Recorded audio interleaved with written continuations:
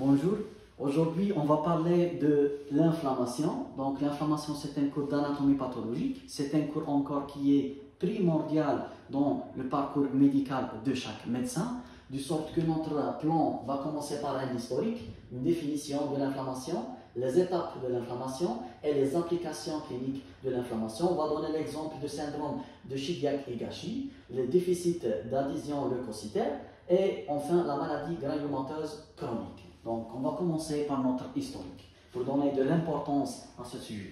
Donc d'abord, l'inflammation a été décrite avant 3000 ans avant Jésus-Christ. Donc elle a été trouvée au niveau des papyrus des Égyptiens. C'est que les Égyptiens, ils ont étudié déjà les signes cardinaux de l'inflammation, qui sont la rougeur, chaleur, douleur, tuméfaction. Et puis, jusqu'à l'arrivée de M. Virchow. M. Virchow, il a ajouté le cinquième signe qui est la perte de la fonction. Et donc, on va voir rougeur, chaleur, douleur, tuméfaction et la perte de la fonction. Par définition, l'inflammation, c'est quoi? Donc, l'inflammation, déjà, c'est un phénomène qui est banal et qui est quotidien, qui se voit à chaque fois qu'on a une lésion tissulaire, quelle que soit cette lésion tissulaire, physique, chimique, par des micro-organismes, par des infections, n'importe quelle lésion tissulaire. Alors que le but de cette inflammation, c'est quoi? C'est d'éliminer, c'est de faire éliminer les tissus nécrosés, faire la détection et donner par suite l'étape suivante qui est la réparation et la cicatrisation.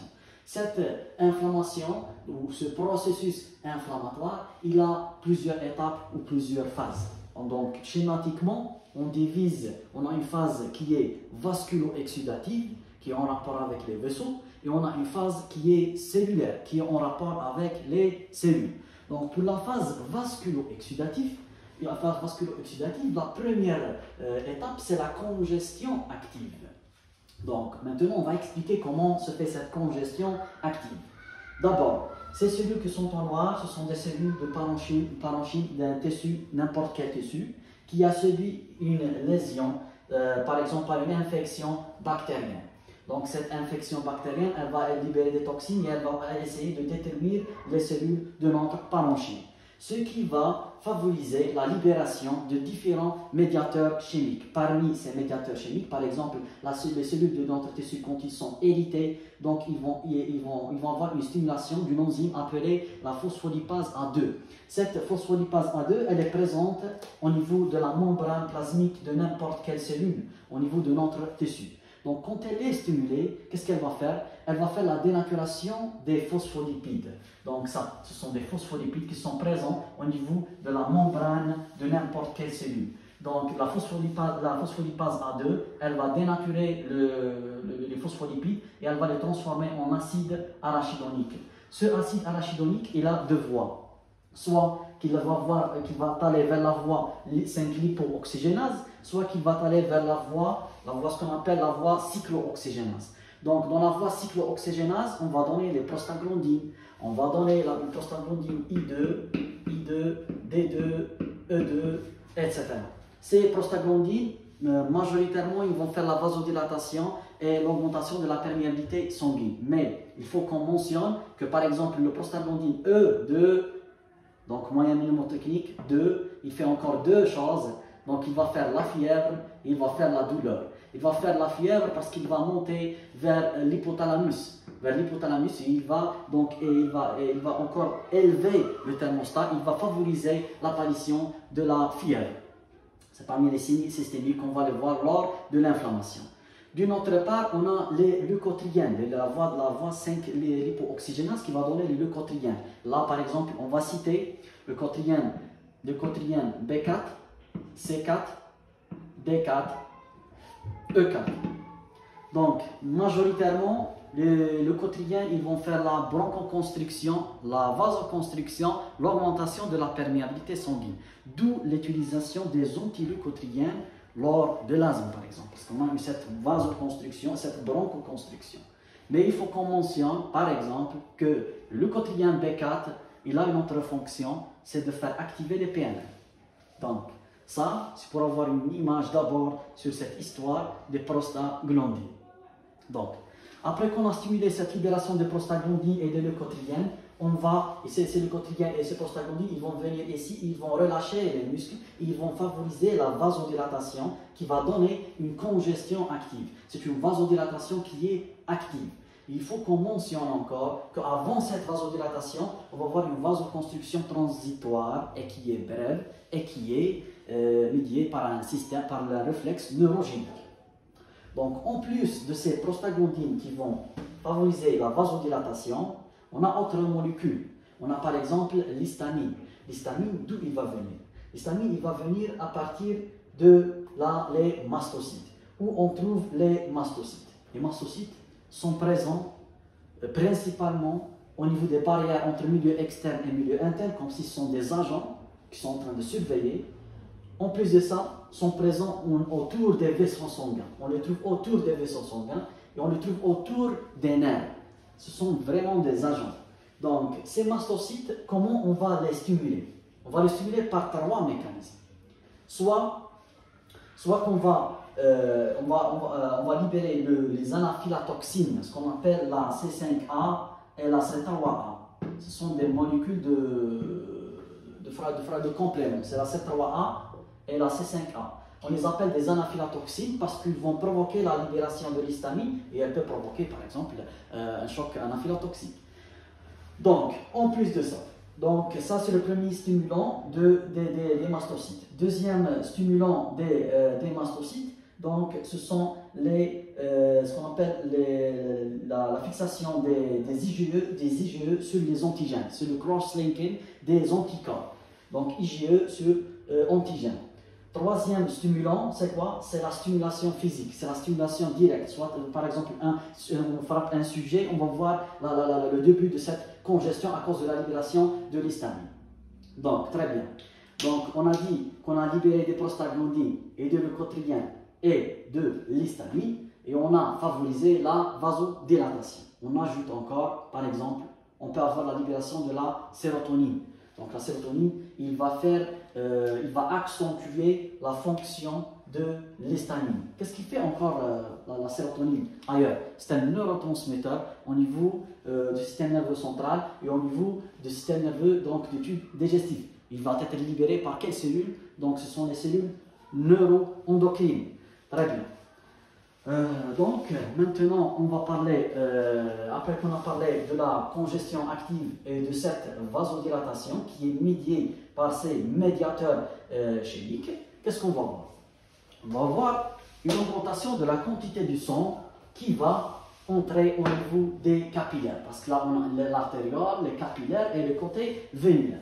Donc la quantité de sang ici elle va augmenter parce qu'on a fait une vasodilatation, on a diminué la résistance. Quand on diminue les résistances, la quantité de sang, elle va pénétrer par une grande quantité et elle va donner quoi? Elle va donner une élévation de la pression hydrostatique.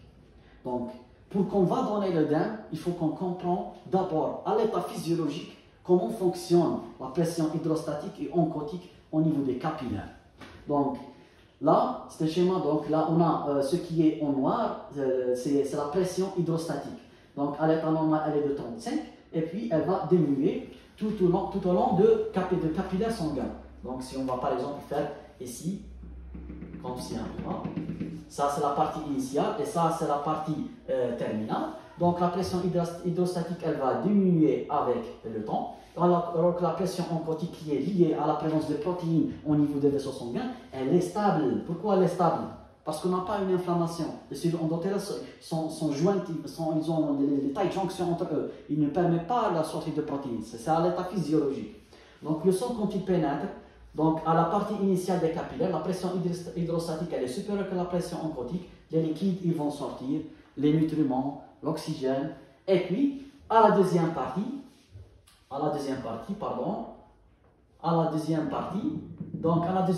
on voit que la pression hydrostatique elle est diminuée, alors que la pression oncotique c'est elle qui est élevée. C'est elle qui va attirer les liquides et elle va faire le drainage. Donc, quand on a une phase inflammatoire, on a un processus inflammatoire, on va voir cette vasodilatation qui est ici, qui va élever la pression hydrostatique, elle devient plus élevée.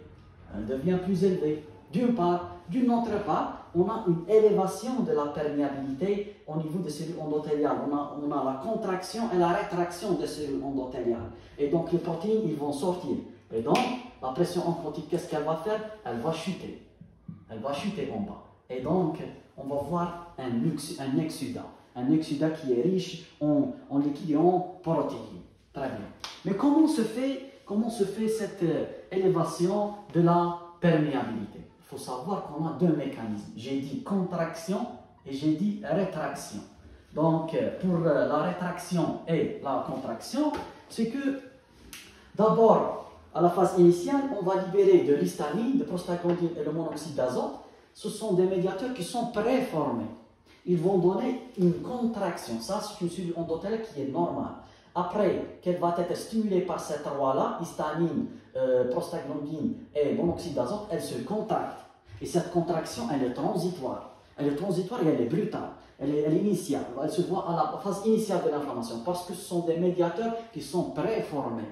Alors que pour les médiateurs qui nécessitent une activation du gène qui code pour telle ou telle molécule, faire la transcription, la transduction, produire des protéines, ça, elle demande du temps. Elle demande du temps. C'est pour cela, c'est le deuxième mécanisme, c'est la rétraction. C'est que ici, les pôles de cellules endothéliales, ils vont avoir une rétraction. Ils vont avoir une rétraction. Cette rétraction, elle est médiée par les interleukines 1 et le TNF-alpha. Et elle est durable dans le temps. C'est ça le mécanisme de l'élévation de la perméabilité. Donc on a dit, on a une congestion qui est active et qui est associée par suite avec un œdème et une exsudation. Et tout ça, qu'est-ce qu'il va donner? Il va donner la chaleur et la rougeur et même la douleur, soit par irritation mécanique des fils nerveux, soit par la libération de la bradykinine. D'où viennent les bradykinines? Les bradykinines, d'où ils vont venir, donc on va expliquer ici. C'est que les bradykinines, ils ont une relation très forte avec un facteur, ce qu'on appelle le facteur 12. C'est le facteur 12, c'est le facteur de Hegman.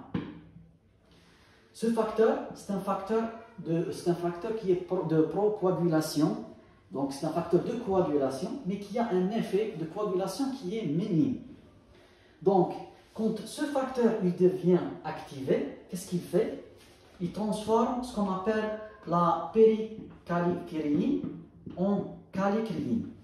Et ce calékyline, c'est lui qui est responsable de la transformation de high weight molecular bradykinine en bradykinine. Et cette bradykinine, qu'est-ce qu'elle fait? Elle fait l'augmentation de la perméabilité sanguine et elle fait elle stimule les fils nerveux pour donner de la douleur et elle fait la vasodilatation. Il faut toujours savoir que quand on dit une vasodilatation, on parle beaucoup plus des artérioles, le côté artériolaire, alors quand on parle à la perméabilité, on parle des vénules. La perméabilité se fait beaucoup plus au niveau des vénules. Très bien. Maintenant, on va parler de quoi? Après qu'on a dit la congestion active, l'œdème, l'exsudation, et puis qu'est-ce qu'on va voir? On va voir le changement de flux laminaire. Donc, à l'état physiologique, on sait qu'on a un flux sanguin qui est laminaire. Pourquoi on a un flux sanguin qui est laminaire? À l'état physiologique, pourquoi on a un flux sanguin qui est laminaire? C'est que, à l'état physiologique, au niveau des vaisseaux sanguins, à la partie axiale, on a les cellules qui ont un diamètre plus élevé. Ce sont les PNN.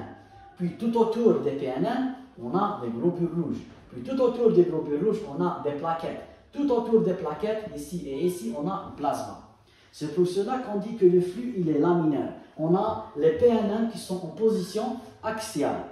Donc, suite à l'exsudation et la sortie des liquides, qu'est-ce qu'on va voir ici? Est-ce qu'on va voir une dilution ou une concentration? On va voir une concentration parce que les liquides, ils ont sorti. On va voir une hémoconcentration. Cette hémoconcentration, qu'est-ce qu'elle va favoriser? Elle va favoriser les contacts entre les globules rouges. Et les globules rouges commencent à se fixer entre eux et ils vont former des rouleaux. Et dès qu'ils vont former des rouleaux, ils vont pousser les PNN à la périphérie, à la marge. On dit la margination. C'est pour ça qu'on appelle ça la margination. Parce qu'ils ont été marginalisés par les rouleaux des globules rouges. Après qu'on a fait cette margination, c'est que à l'état normal, les PNN, ils ont un récepteur, ou appelé encore des polysaccharides, qui sont appelés le facteur de Cialis-Lewis X. Ce sont comme si des polysaccharides, se sont présentés en bleu, sont présents à l'état normal. Ce sont comme si des récepteurs, c'est le Cialis-Lewis X. Donc, ce Cialis-Lewis X, il va avoir un contact avec un autre récepteur au niveau des cellules endothéliales qui est appelé les P-sélectines. Il est appelé P-sélectine parce qu'il a été découvert la première fois au niveau des plaquettes. Mais comment on va faire exprimer ces P-sélectines? C'est que suite à la libération de leucotriène B4, thrombine et l'histamine, ils vont fixer les cellules, stimuler les cellules endothéliales, ils vont faire bouger certains vésicules qui contiennent à l'intérieur les P-sélectines, ils vont faire ancrer à la partie apicale et on va voir ces P-sélectines ici. Donc P-sélectine avec le facteur Cialis-Lewis X. Ils vont voir une fixation, mais cette fixation, elle n'est pas très forte. Ce qui favorise ce qu'on appelle le rolling, la rotation des PNN. Ils vont faire des rotations sur les cellules endothéliales. Et puis, les cellules endothéliales, ils vont essayer encore de faire avoir encore une forte liaison suite à la libération de l'interleukine 1 et de TNF-alpha. Ils vont venir ici, ils vont encore stimuler les cellules endothéliales et ils vont faire exprimer les E-sélectines. Donc on a encore les E-sélectines qui vont venir pour aider les P-sélectines et on va voir encore, même la liaison n'est pas encore très forte, ce qui encore va favoriser le rolling jusqu'à l'arrivée d'une forte libération de l'interleukine 1, TNF-alpha et l'interleukine 8. L'interleukine 8, il va venir, il va se fixer sur un récepteur au niveau des cellules endothéliales. Qu'est-ce qu'il va faire? Au niveau des PNN, comme au début j'ai dit qu'on a le récepteur Cialis-Lewis X à l'état normal, on a avec lui les intégrines. Les intégrines, ce sont comme si deux chaînes, alpha et bêta, et qui sont fermées. À l'état normal, sont fermées. Dès que l'interleukine 8 il se fixe sur les cellules endothéliales, il commence à stimuler ces intégrines de faire ouvrir le site de fixation. Dès qu'on va ouvrir le site de fixation, l'interleukine 1 et TNF-alpha, ils vont faire un autre rôle au niveau des cellules endothéliales, c'est de faire exprimer ce qu'on appelle les VCAM et ICAM. Les VCAM et les ICAM. Ce sont des molécules d'adhésion cellulaire. On dit molécules d'adhésion cellulaire vasculaire. Donc, c'est ce qui est présenté en vert. Ils vont se fixer sur les intégrines. Et ça, c'est une très forte liaison, c'est ça l'adhésion. L'adhésion, c'est de côté. Le côté des PNN, on a les intégrines. Le côté des cellules endothéliales, on a les VCAM et les ICAM. Après qu'on a fait cette adhésion, il fallait qu'on pénètre entre les cellules endothéliales. Et pour qu'on va pénétrer entre les cellules endothéliales, cela nécessite l'intervention d'une molécule qui travaille comme étant un moteur qui travaille par rotation. Il est appelé le Cluster of Differentiation 31, donc c'est le PICAM. C'est le PICAM. Ce qui est présenté ici en noir, c'est le PICAM. C'est le CD31. Qu'est-ce qu'il fait? Donc, comme s'il a des roues qui vont sortir de la cellule endothéliale et des PNN. Celle-ci, elle tourne vers le côté droit et celle-ci, elle tourne vers le côté gauche. Donc, ce mouvement de rotation qui est inversé favorise la pénétration des PNN entre les cellules endothéliales. Dès qu'elle va pénétrer, elle va trouver dans le sol, qu'est-ce qu'elle va trouver? Elle va trouver la membrane basale qui est faite par le collagène de type 4. Très bien. Donc, dès qu'elle va trouver cette membrane basale, elle va libérer les collagénases pour dégrader le collagène de type 4 et faire former un tunnel. À travers ce tunnel, les PNN, ils vont sortir. Dès qu'ils vont sortir, il faut qu'ils vont migrer vers ces bactéries, vers ces tissus lésés pour faire la phagocytose. Mais comment ils vont aller vers cette zone-là alors qu'ils n'ont pas des yeux? Et donc, ils ne vont pas voir ce germe et ces lésions tessulaires. Il y a ce qu'on appelle la libération des facteurs chimiotactiques. Parmi ces facteurs chimiotactiques, donc, il y a trois qui sont très connus pour l'activation et le chimiotactisme des PNL. Il faut les apprendre. Ce sont ces trois-là. C'est le cotrien B4, l'interleukine 8 et le C5A, moyenne mnémotechnique qui peut vous aider. Le cotrien B4 x 2, c'est un 8, c'est l'interleukine 8. Le 4 plus 1, c'est un 5, donc c'est la C5A. Donc ces trois-là, ils vont faire l'activation et le chimiotactisme pour les PNN, du sorte que, comment elle va migrer. Donc si j'étais moi une PNN, donc, et l'inflammation elle est de ce côté.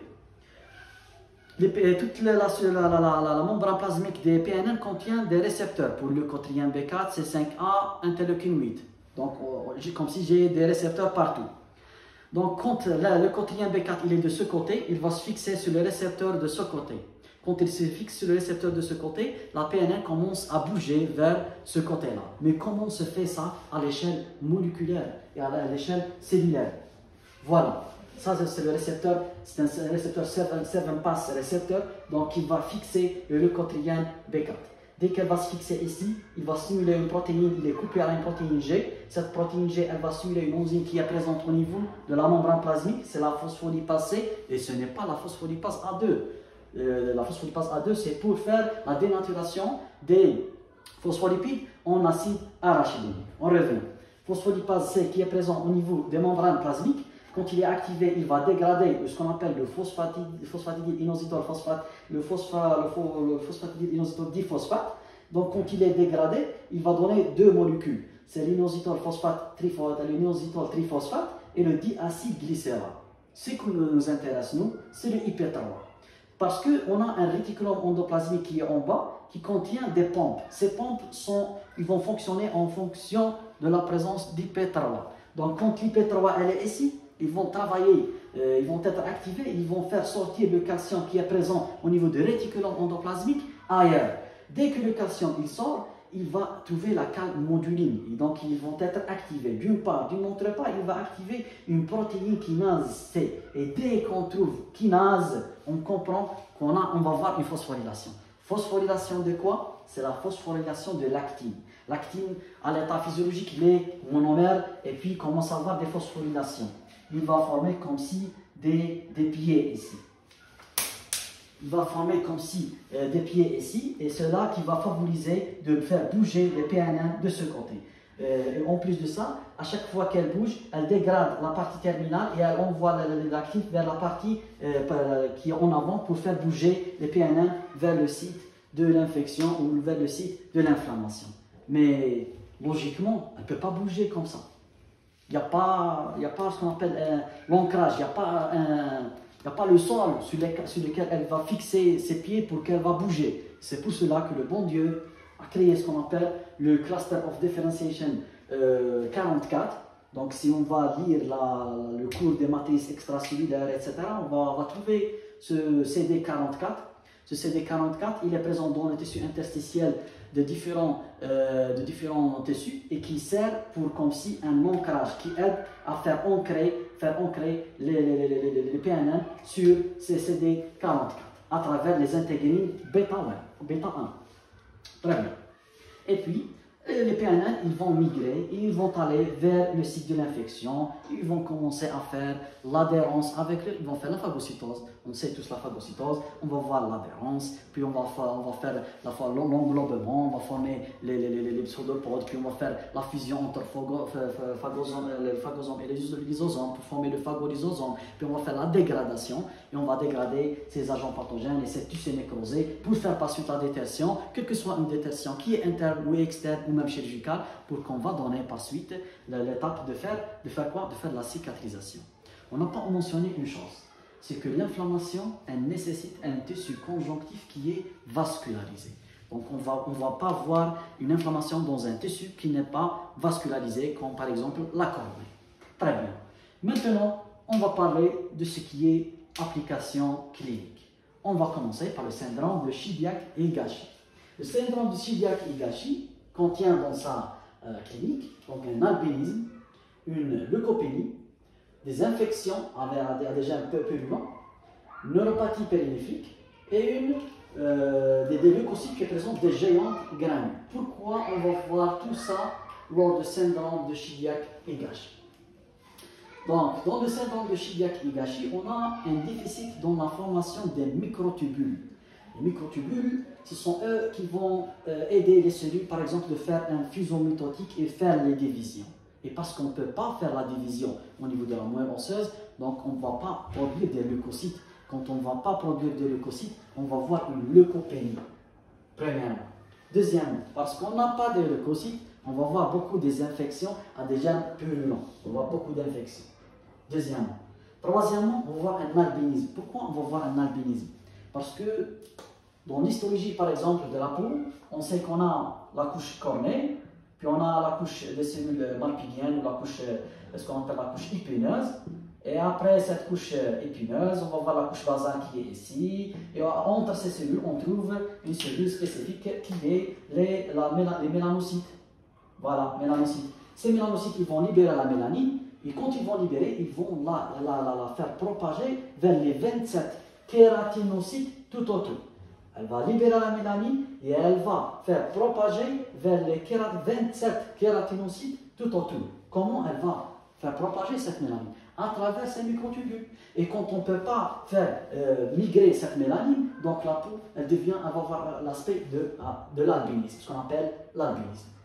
En plus de ça, on va voir ce qu'on appelle une neuropathie périphérique. Pourquoi on va voir une neuropathie périphérique? Parce qu'on ne peut pas faire l'entretien des parties nerveuses périphériques parce qu'on n'a pas ces microtubules qui vont arriver jusqu'à la partie périphérique. Et enfin, on va voir une cellule des leucocytes qui ont des géantes granules en microscope. Parce que quand on va voir ces cellules-là, on a le noyau qui est ici, on a le réticulum endoplasmique, donc dès qu'on va former ces granules, normalement à l'état physiologique, à travers les microtubules, on va faire les migrer à la périphérie. Donc, s'ils ne vont pas migrer, ils vont former des volumineuses ou des géantes granules qui vont être visibles par le microscope. Bref.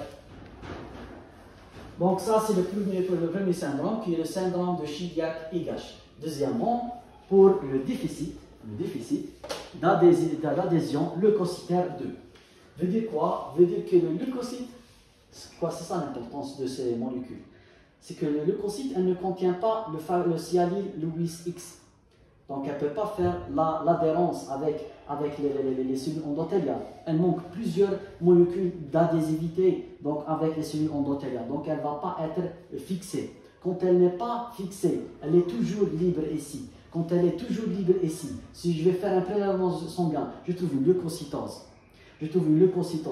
On peut pas, à cause de cette raison et à cause d'une autre raison, c'est qu'on a un pouls de leucocytes qui est au niveau des capillaires pulmonaires qui est fixé sur les cellules endothéliales. Quand on ne peut pas fixer ces cellules endothéliales, on va voir une leucocytose. Premièrement. Deuxièmement, on va voir beaucoup d'infections sans formation de pus parce que le leucocyte ne peut ni fixer, ni pénétrer, ni être altéré et intact pour former le pus. Troisièmement, souvent qu'on va trouver un nourrisson qui va avoir un retard d'élimination de cordon ombilical parce qu'on ne peut pas faire cette nécrose à travers les différentes cellules immunitaires. Très bien. Deuxièmement, on a la maladie granulomateuse chronique. Pour comprendre ça, il faut comprendre un peu de biochimie. C'est qu'après la phagocytose, quand on va tuer les germes, on a deux mécanismes. Soit qu'il est oxygène dépendant, soit qu'il est oxygène indépendant. Oxygène dépendant, c'est lui le plus efficace. Et c'est lui qu'il faut comprendre. Parce que l'oxygène, il va se transformer en superoxyde, puis il va se transformer en H2O2, oxygéné, puis en HOCl. À travers qui? Ça, c'est à travers la nappe pH. Et le superoxyde se transforme en non oxygéné à travers le superoxyde dismutase. Ce qui fait le superoxyde dismutase, donc ailleurs, par exemple dans l'athérosclérose, il a une très il a un effet très important dans la protection de ce endothélial contre le flux sanguin. Quand il devient turbulent, il va former des radicaux libres parce que lui, il va dégrader les radicaux libres, etc. Donc, lors d'un stress oxydatif. On revient. Et puis l'H2O2, il va se transformer en HOCl à travers de l'amyloperoxydase. Donc, quand on a un déficit au niveau de la natte pH, donc on ne peut pas faire la transformation de l'oxygène en superoxyde et on ne peut pas par suite donner H2O2 et on ne peut pas faire la dégradation des agents pathogènes. Et donc, on va voir quoi? Notre corps, qu'est-ce qu'il fait? S'il ne peut pas détruire l'agent pathogène, il va faire des granulomes pour faire cerner ce agent pathogène. Et on va voir des granulomes qui sont diffus. C'est pour cela qu'elle est appelée la maladie granulomateuse chronique. Donc, on va faire une vidéo plus détaillée sur cette pathologie. Il y a une autre chose que j'ai oublié de la mentionner, c'est que quand j'ai expliqué l'origine des bradykinin, j'ai dit qu'il y a la formation des bradykinin, elle est très fortement associée avec le facteur de Hegman, c'est le facteur 12. Ce facteur-là, il a un autre rôle. Par exemple, il est incriminé, parce qu'on est en train de parler de ce qui est application clinique, il est incriminé dans ce qu'on appelle dans les septicémies à méningocoque. Parce que ce germe-là, qui est la Neisseria meningitidis, elle va donner par suite un choc septique, une CIVD, coagulation extrême, fibrinolyse extrême, etc. Pourquoi? Parce que le Neisseria meningitidis, il a la capacité d'activer ce facteur de Hegman. Ce facteur de Hegman, quand il est activé, il va transformer le caliclinine en caliclinine et le caliclinine, il va transformer le high molecular weight kinonogène en bradykinin. Et le bradykinin, qu'est-ce qu'il fait? Il fait la vasodilatation. Donc on va faire une vasodilatation qui va favoriser le choc septique. Et puis on va faire, là, il va donner la sensation de douleur. Il va donner une vasodilatation qui est excessive. D'une autre part, ce facteur il a un effet d'activer la coagulation. Et il a un autre effet de stimuler la fibrinolyse. Donc une coagulation excessive avec une fibrinolyse excessive, avec une vasodilatation qui est très importante, avec la douleur qui est ici, tout ça, il va donner ce qu'on appelle les septicémies qui sont associées au Neisseria meningitidis. Et parmi les conséquences de cette l'infection par Neisseria meningitidis, quand elle va donner cette CIVD et ce choc, elle va donner ce qu'on appelle le syndrome de Waterhouse-Friderichsen. Veut dire quoi? Veut dire qu'on va voir une sérénalite qui est hémorragique. Très bien. Donc, c'est ça l'inflammation d'une façon générale. On a parlé de la phase vasculo-oxydative, congestion active et de l'œdème. Puis, on a parlé de ce qu'on appelle la diapédèse et l'adhésivité avec les cellules endothéliales, la diapédèse, la migration, la phagocytose. Et enfin, on a expliqué un peu des applications cliniques. Donc, on vous remercie énormément.